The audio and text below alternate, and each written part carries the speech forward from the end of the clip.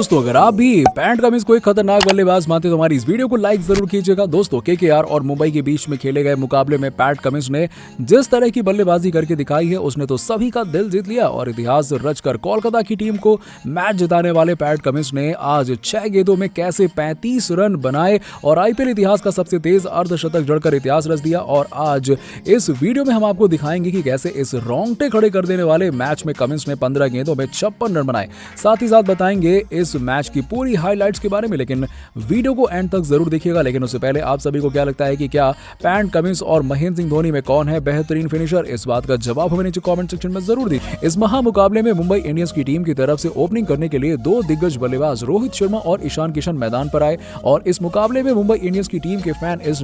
दोनों बल्लेबाजों से बेहतरीन प्रदर्शन की उम्मीद लगाए हुए थे, लेकिन उमेश यादव ने अपने तीसरे ही ओवर में रोहित शर्मा को 3 के स्कोर पर आउट करके मुंबई इंडियंस की टीम के फैंस की सारी उम्मीदें तोड़ दी। और उसके बाद इस मुकाबले में मुंबई इंडियंस की टीम की तरफ से नंबर 3 पर बल्लेबाजी करने के लिए आए एक और विस्फोटक बल्लेबाज देवाल्श ब्रेविस और ये दिग्गज बल्लेबाज इस मुकाबले में मुंबई इंडियंस की टीम के लिए बेहतरीन प्रदर्शन कर रहे थे। लेकिन उधर ईशान किशन संघर्ष करते हुए नजर आए और उन्होंने एक गेंद गलत शॉट खेल दिया जिस कारण से ईशान किशन पवेलियन की ओर लौट गए। इस मैच में ईशान किशन पैट कमिंस का शिकार बने और ईशान किशन ने इस मुकाबले में 21 गेंदों का सामना करते हुए मात्र 14 रन बनाए। और इसके बाद मैदान पर बल्लेबाजी करने के लिए आए एक और दिग्गज बल्लेबाज सूर्य कुमार यादव और इन्होंने ब्रेविस के साथ मिलकर बहुत ही अच्छी बल्लेबाजी की और अपनी टीम के स्कोर को 50 रनों के पार ले गए। लेकिन ब्रेविस इनका ज्यादा देर तक साथ नहीं दे पाए और वरुण चक्रवर्ती की एक गेंद को समझ नहीं पाए और जिसके कारण इनको अपना विकेट गंवाना पड़ा। और इस मुकाबले में ब्रेविस ने 19 गेंदों का सामना करते हुए ताबड़तोड़ 29 रन बनाए और इन्होंने अपनी पारी में 2 चौके और 2 गगनचुंबी छक्के भी लगाए। ब्रेविस के आउट हो जाने के बाद एक समय ऐसा लग रहा था कि मुंबई इंडियंस की टीम इस मुकाबले में ज्यादा रन नहीं बना पाएगी, लेकिन इसके बाद मैदान पर बल्लेबाजी करने आए सूर्य कुमार यादव और उनका साथ देने के लिए आए युवा बल्लेबाज तिलक वर्मा। इन्होंने सूर्य कुमार यादव के साथ मिलकर ऐसा तूफान मचाया जिससे कि कोलकाता नाइट राइडर्स की टीम के गेंदबाजों के परखच्चे उड़ गए। और सबसे पहले अगर हम इस मुकाबले में सूर्य कुमार यादव की बात करें तो सूर्य कुमार यादव ने इस मुकाबले में आईपीएल का पहला अर्धशतक लगाया। उन्होंने 36 गेंदों में ताबड़तोड़ 52 रनों की पारी खेली जिसमें उन्होंने 5 खूबसूरत चौके भी लगाए और 2 लंबे छक्के लगाए। इसके बाद अगर हम तिलक वर्मा की बात करें तो तिलक वर्मा ने आज के इस महामुकाबले में सबसे ज्यादा प्रभावित किया। तिलक वर्मा ने नाबाद 27 गेंदों पर 38 रनों की विस्फोटक पारी खेली। इन्होंने अपनी इस पारी के दौरान 3 शानदार चौके और 2 बड़े छक्के भी लगाए। सूर्य कुमार यादव की बेहतरीन खेल रहे थे, लेकिन अचानक से अंतिम ओवर की पहली गेंद पर सूर्य कुमार यादव पैट कमिंस का शिकार हो गए और इसके बाद मैदान पर बल्लेबाजी करने के लिए आए किरण पोलार्ड ने 5 गेंदों पर 22 रनों की तूफानी पारी खेली। किरण पोलार्ड के इस तूफान को लेकर कोलकाता नाइट राइडर्स की टीम के गेंदबाज पैट कमिंस सिर पर हाथ रखकर रो रहे थे। पोलार्ड तो इनको ऐसे पीट रहे थे जैसे वो नेट पर प्रैक्टिस कर रहे हो। पोलार्ड ने अंतिम ओवर में तेज तर्रार पारी खेली और इसके चलते मुंबई इंडियंस की टीम ने 20 ओवर में 4 विकेट के नुकसान पर 161 रन बना लिए। मुंबई की टीम ने कोलकाता नाइट राइडर्स की टीम के सामने 162 रनों का चुनौतीपूर्ण लक्ष्य रखा। इस लक्ष्य को हासिल करने के लिए आपको बता दें कि मैदान पर उतरे कोलकाता नाइट राइडर्स की टीम के 2 दिग्गज ओपनर बल्लेबाज वेंकटेश अय्यर और अजिंक्य रहाणे। वहीं मुंबई इंडियंस की टीम की तरफ से गेंदबाजी करने के लिए आए तेज गेंदबाज बशीर थम्पी और जैसे ही उन्होंने अपने ओवर की पहली गेंद डाली तो उस पर अजिंक्य रहाणे पूरी तरह से चकित रह गए और इस मैदान पर हल्का सा स्विंग देखने को मिला। इसके बाद इनकी दूसरी गेंद पर अजिंक्य रहाणे ने अपनी कलाइयों का बेहतरीन उपयोग करते हुए 1 रन पूरा कर लिया और स्ट्राइक इनके साथ ही दिग्गज बल्लेबाज वेंकटेश अय्यर को दे दी। और इसके बाद वेंकटेश अय्यर ने बशीर थम्पी की तीसरी गेंद पर 1 रन ले लिया और अपना खाता सिंगल के साथ खोल लिया और इसके बाद फिर से वापस स्ट्राइक पर अजिंक्य रहाणे आ चुके थे। इसी बीच ऐसे ही बशीर थम्पी ने अपने ओवर की चौथी गेंद डाली तो वो गेंद अजिंक्य रहाणे के बल्ले के ऊपरी हिस्से पर लगी, लेकिन अजिंक्य रहाणे का भाग्य साथ दे गया और वो मैदान पर सुरक्षित रहे। इसके बाद अब स्ट्राइक पर आ चुके थे वेंकटेश अय्यर। बशीर थम्पी ने अगली 2 गेंदें डॉट खिला दी और कोलकाता नाइट राइडर्स की पूरी टीम अब दबाव में आ गई थी और इस तरह से कोलकाता नाइट राइडर्स की टीम का स्कोर 1 ओवर में बिना कोई विकेट के नुकसान के 3 रन हो चुका था। इस मुकाबले में अजिंक्य रहाणे संघर्ष करते हुए नजर आए और इसी बीच जैसे ही टाइगर मिल्स ने अपने 5वें ओवर की पहली गेंद डाली तो उस पर अजिंक्य रहाणे चारों खाने चित हो गए और अपना विकेट गंवा बैठे। इस मुकाबले में अजिंक्य रहाणे 11 गेंदों पर सिर्फ 8 रन बना पाए और इसके बाद मैदान पर बल्लेबाजी करने के लिए आए कोलकाता नाइट राइडर्स की टीम के कप्तान और दिग्गज बल्लेबाज श्रेयस अय्यर। और किस तरह से बल्लेबाजी करने वाले हैं इस मुकाबले में श्रेयस अय्यर, वो बहुत ही अच्छा देखने वाला माहौल था। लेकिन पता नहीं इनकी बल्लेबाजी को किसकी नजर लग गई कि ये 6वें ओवर की अंतिम गेंद गेंद पर डेनियल सिम्स के हाथों आउट हो गए और इस मुकाबले में उन्होंने 6 गेंदों पर 10 रनों की पारी खेली और उन्होंने अपनी इस पारी के दौरान 2 क्लासिक चौके भी लगाए। और इसके अलावा अगर हम वेंकटेश अय्यर की बात करें तो वेंकटेश अय्यर इस मुकाबले में 23 गेंदों पर 23 रन बनाकर खेल रहे थे और अभी इस मुकाबले में 4 खूबसूरत चौके भी लगा चुके हैं। इनका साथ देने के लिए अब मैदान पर आए सैम बिलिंग्स। अभी कोलकाता नाइट राइडर्स की टीम का स्कोर 6 ओवर में 2 विकेट के नुकसान पर 35 रन हो चुका है। अब यहां से देखना बड़ा ही दिलचस्प होगा कि क्या श्रेयस अय्यर की कोलकाता नाइट राइडर्स श्रेयस अय्यर का विकेट गिर जाने के बाद 162 रनों के विशाल लक्ष्य को पार कर पाती है या फिर। दोस्तों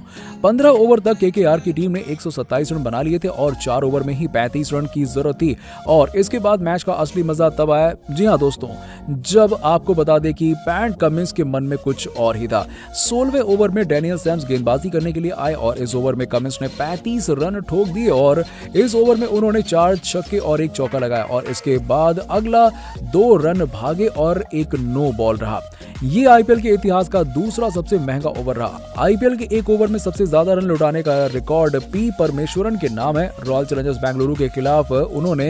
एक ओवर में 37 रन लौटाए थे। इसके अलावा हर्षल पटेल ने पिछले सीजन में यानी कि 2021 में चेन्नई किंग्स के खिलाफ आपको बता दें कि 37 रन लौटाए थे। इसके बाद डेनियल सैम्स का नंबर आता है। दोस्तों आपको बता दें कि पैट कमिंस की बल्लेबाजी ने सभी का दिल जीत लिया। आईपीएल 2022 का 14वां मुकाबला 2 खतरनाक टीम कोलकाता और मुंबई के बीच में खेला गया और इन दोनों टीमों के बीच में मुकाबला बहुत ही शानदार तरीके से खेला गया जिसमें दर्शकों का मनोरंजन भी खूब हुआ। चलिए दोस्तों आपको इस रोंगटे खड़े कर देने वाले मुकाबले की पूरी हाइलाइट्स के बारे में बताते हैं, लेकिन उससे पहले पैट कमिंस और वेंकटेश अय्यर में कौन है खतरनाक बेहतरीन बल्लेबाज, इस बात का जवाब हमें नीचे कमेंट बॉक्स में जरूर दीजिएगा। दोस्तों आईपीएल 2022 का सबसे रोमांचक और खतरनाक मुकाबला यानी कि 14वां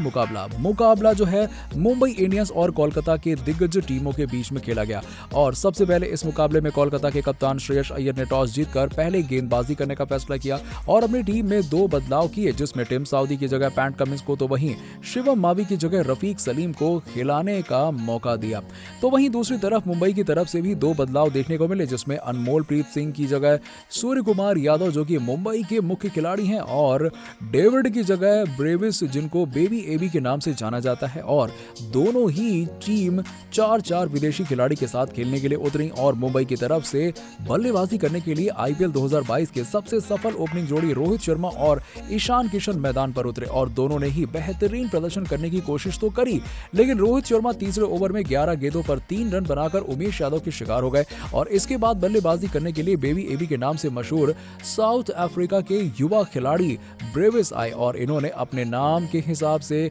बेहतरीन बल्लेबाजी करते हुए टीम के स्कोर को आगे बढ़ाने का कार्य किया और पावर प्ले में मुंबई की टीम का स्कोर 35 रन 1 विकेट के नुकसान पर पहुंचा दिया और 8वें ओवर में वरुण चक्रवर्ती के हाथों 19 गेंदों पर 2 चौके और 2 छक्के की मदद से 29 रन बनाकर आउट हो गए और इसके बाद बल्लेबाजी करने के लिए सूर्य कुमार यादव आए और इन्होंने ठीक ठाक बल्लेबाजी करने शुरू कर दी थी, लेकिन दूसरी तरफ खड़े ईशान किशन 11 ओवर में 21 गेंदों पर 1 चौके की मदद से 14 रन बनाकर पैट कमिंस के हाथों आउट हो गए और बल्लेबाजी के लिए अब पिछले 2 मुकाबलों में बेहतरीन प्रदर्शन करते आए तिलक वर्मा को बल्लेबाजी की कमान संभालने के लिए बुलाया गया और 13वें ओवर में तिलक वर्मा का कैच छूट गया और इसी ओवर में सूर्य कुमार यादव ने चौके और छक्के के साथ 12 रन बटोर लिए और 15वें ओवर तक टीम का स्कोर 85 रन 3 विकेट के नुकसान पर पहुंच गया था। वहीं तिलक वर्मा ने 16 ओवर में छक्के और चौके के साथ 15 रन बटोरे और 17वें ओवर में दोनों ही बल्लेबाजों ने मिलकर 17 रन बटोर लिए और इसी तरीके की शानदार बल्लेबाजी चलती रही और 19वें ओवर में सूर्य कुमार यादव ने